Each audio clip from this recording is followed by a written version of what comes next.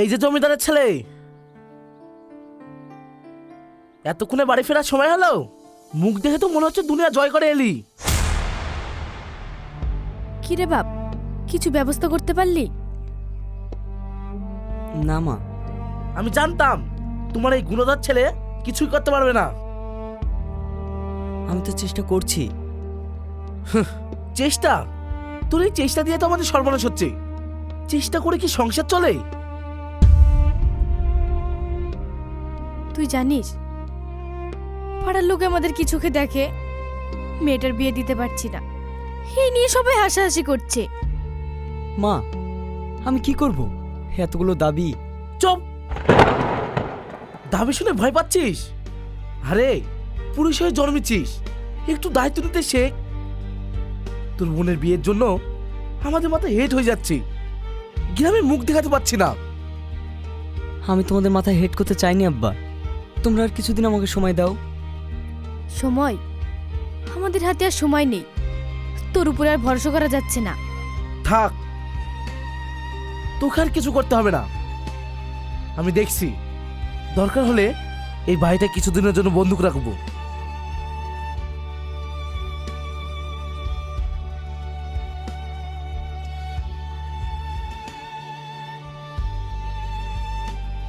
বাপ, মনে রাখিস এরকম সম্বন্ধ বারবার আসে না।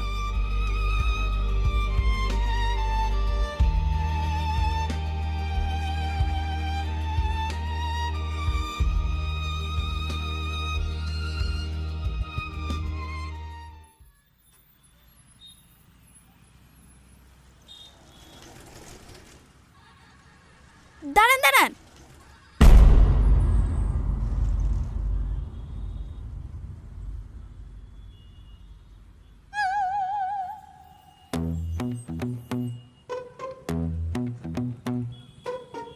সেলিম,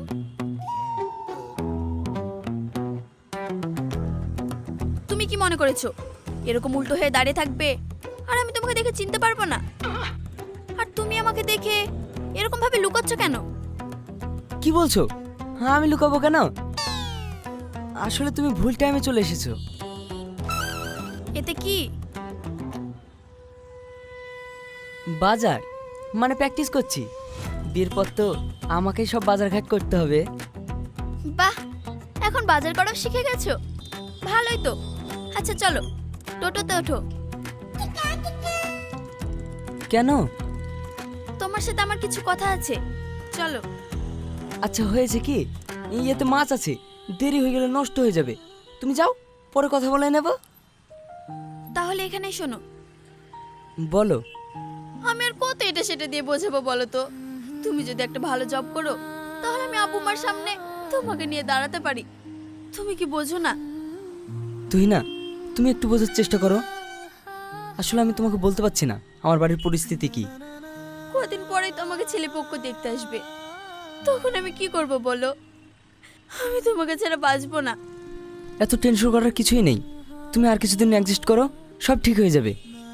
যাও, তোমার দেরি হয়ে যাচ্ছে। ঠিক আছে, যা করবে একটু তাড়াতাড়ি করো। হুম।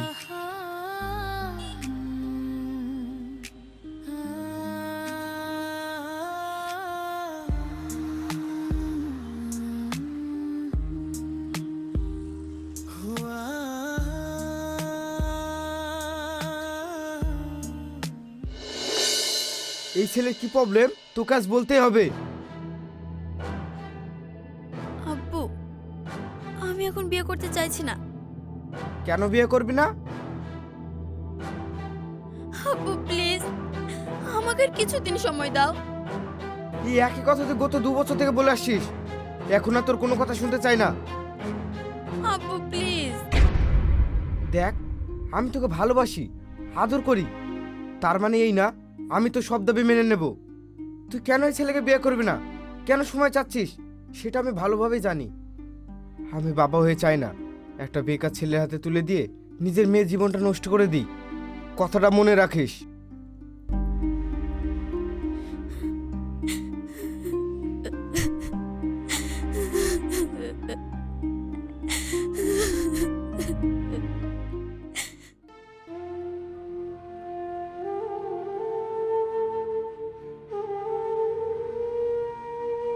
সেলিম,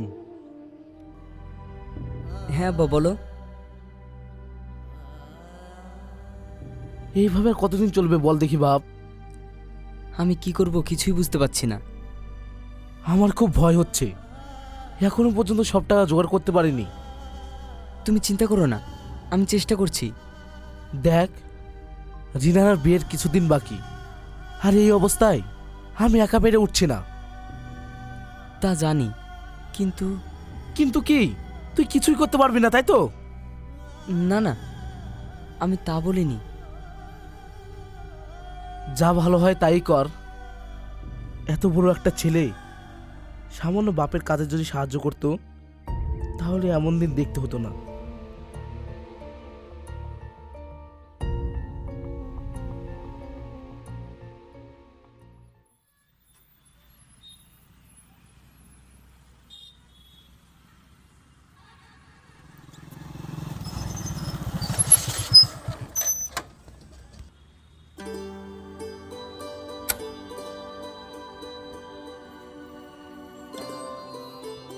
ভাই, একটা চা দিও তো। আরে সেলিম, কেমন আছিস? ভালো। কিন্তু তোকে তো দেখে মনে হচ্ছে না যে তুই ভালো আছিস। মনে হচ্ছে তুই যেন কোনো একটা টেনশনে আছিস।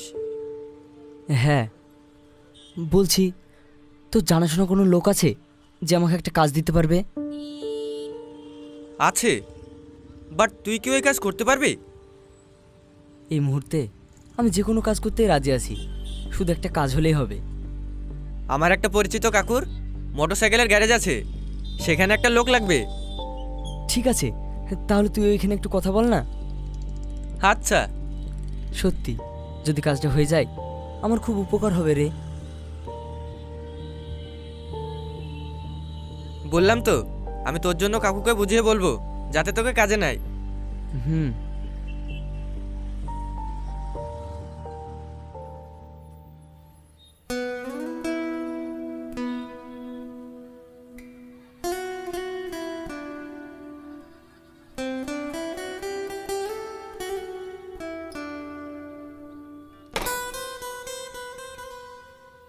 গাড়িটা একটু দেখেন তো, হঠাৎ চলতে চলতে বন্ধ হয়ে গেল। সেলিম, দেখ তো গাড়িটার কি হয়েছে। হ্যাঁ,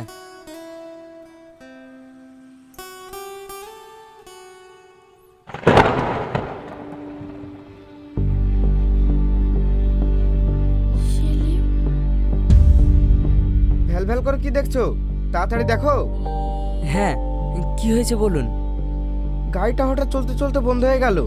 আচ্ছা,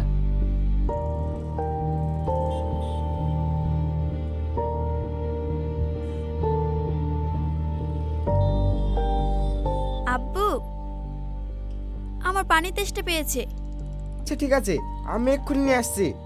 ঠিক আছে।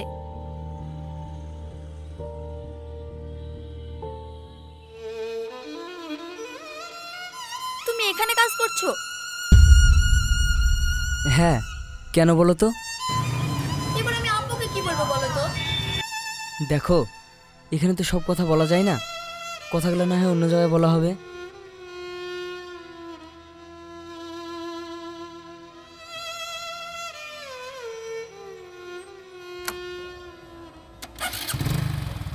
এই নে মা, গাড়ি সারা হয়ে গেছে? হ্যাঁ, কত টাকা বিল হয়েছে? বেশি না, 100 টাকা দিলেই হবে।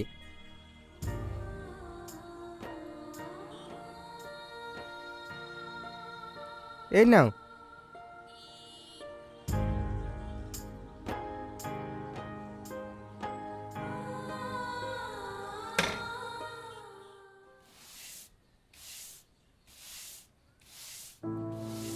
মা,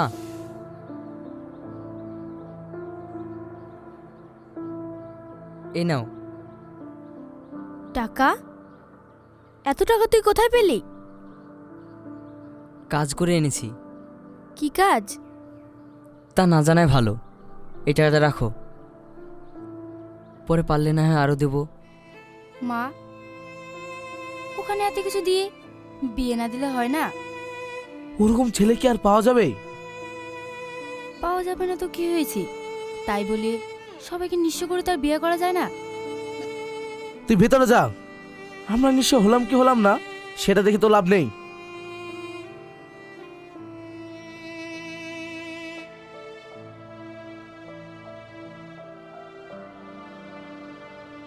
বলছি আর 25,000 টাকা হলেই বাইকের টাকাটা হয়ে যাবে। তুই আর একটু ম্যানেজ করে দেখ না বাপ। ঠিক আছে, আমি চেষ্টা করছি।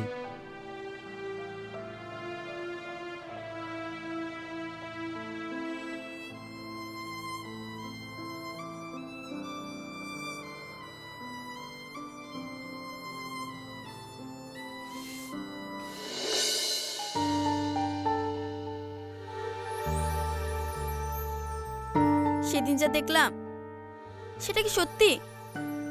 কেন, তুমি চোখ বন্ধ করে দেখছিলে?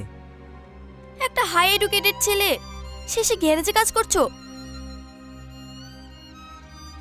হ্যাঁ করছি, কারণ এই কাজটা করতে আমি বাধ্য।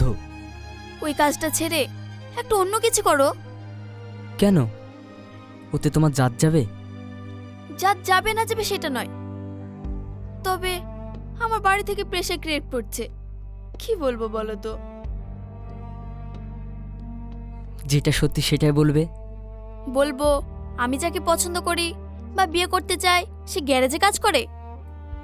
তাই বলবে, কারণ আমি তো কোনো চাকরি পাইনি যে চাকরির কথা বলবে। অন্য কিছু ব্যবস্থা করলে হয় না? মানে আমি বলতে চাইছিলাম অন্য কোনো কাজের কথা। দেখো তুই না, এই কাজটা আমি অনেক কষ্ট করে পেয়েছি। এই কাজটা ছেড়ে যদি নতুন কোনো কাজ না পাই তখন? দেখো, আমাকে 1 মাসের সময় দিয়েছে। এই 1 মাসের মধ্যে তুমি একটা বড় কিছু করার চেষ্টা করো। আমি পারবো না। আসলে বলো তোমার ইচ্ছা নেই। ইচ্ছে থাকলে সব কিছু হয় না। আমি যেটা বললাম সেটাই করো, এর বেশি আমি আর কিছু বলতে চাই না।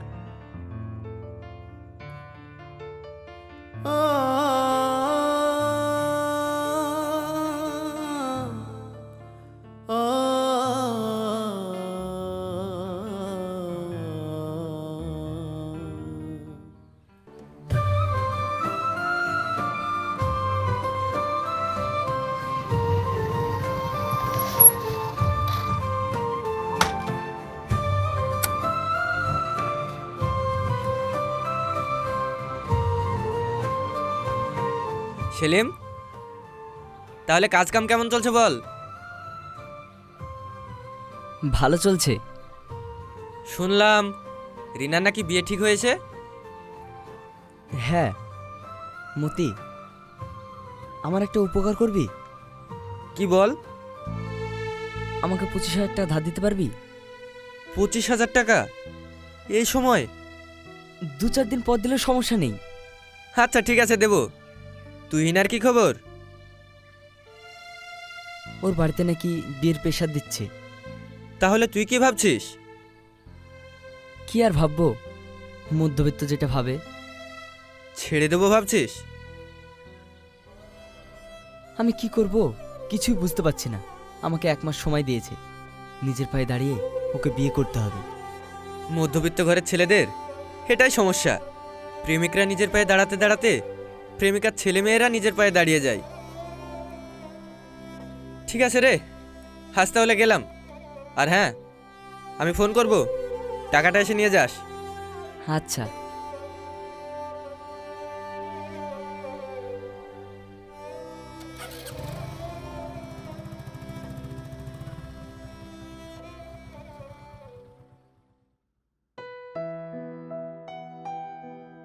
দেখ মা, ছেলে পছন্দ কি? আরে পছন্দ হবে না মানে? বাবা মায়ের একমাত্র ছেলে, কোনো কিছুর অভাব নেই। আপনার মেয়ে অনেক সুখে থাকবে। হ্যাঁ ভাই, তাই যেন হয়। তাহলে তার কোনো কথাই নেই, ওদের হ্যাঁ বলে দেন। ঠিক আছে। আব্বু, আমি ভিতরে গেলাম। হ্যাঁ।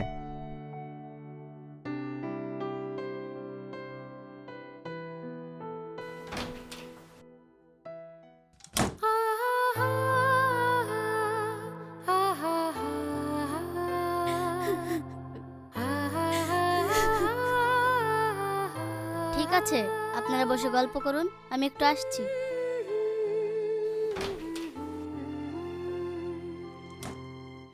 তাহলে ঘটক সাহেব, বিয়ের দিনক্ষণটা পাকা করেন।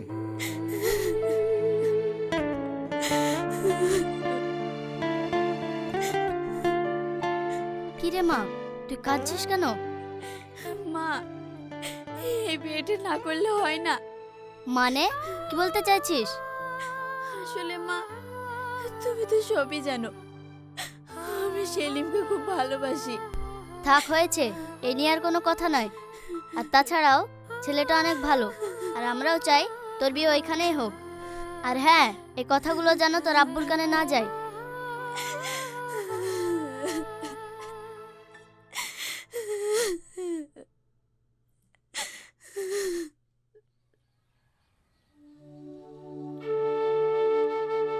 এই নাও।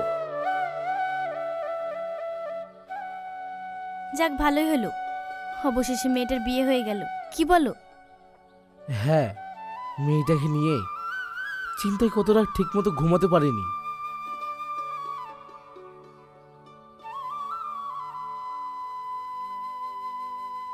আচ্ছা, সেলিম কোথায়? ওকে তো দেখছি না। মনে হয় বাইরে কোথাও গেছে। ছেলেটা এতদিনে দায়িত্ব নিতে শিখেছে, না হলে মেয়েটার বিয়ে দেওয়া সম্ভব হতো না।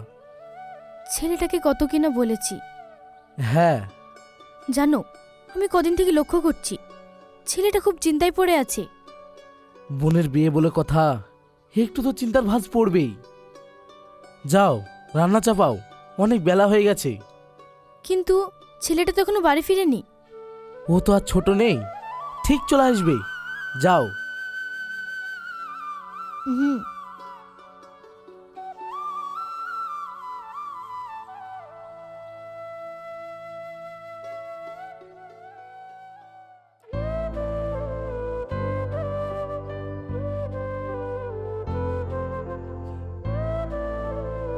সেলিম,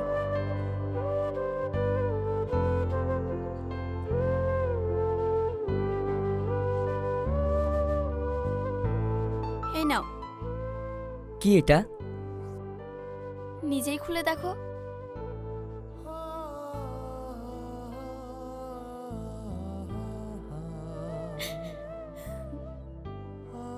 বিয়ের কার্ড? তোমার ঘুম কিভাবে আসে সেলিম? একদিকে আব্বু আর একদিকে ভালোবাসা। আমি মনে হয় আগের জন্মে তোমার শত্রু ছিলাম, তাই আমাকে এত কষ্ট দিচ্ছ। আমি আর পারছি না সেলিম।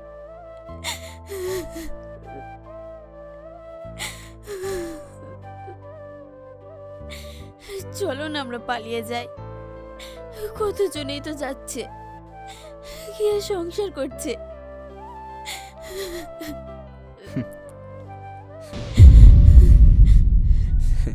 তুমি হাসছো? হ্যাঁ, হাসছি, কিন্তু তোমার ওপর নয়, আমার ওপর। কেন? এই যে ফাঁকা পকেট আর ছেঁড়া শার্ট, মানে স্পষ্ট মধ্যবিত্ত স্বপ্ন খোলা আকাশের মতো, কখনো মেঘ, কখনো বৃষ্টি, আবার কখনো কুয়াশায় ঢাকা। দেখো, আজ প্রিয় আছি, কাল অপ্রিয় হব, তা যা হচ্ছে হতে দাও। তাহলে তুমি ভাবছো আমি ওখানে ধেই ধেই করে বিয়েটা করছি? আমি তো মোটেও বলিনি। আমার স্বপ্ন আমার কাছে থাক, তুমি ভালো থেকো, যাও। ঠিক আছে, আমি তাই যাচ্ছি।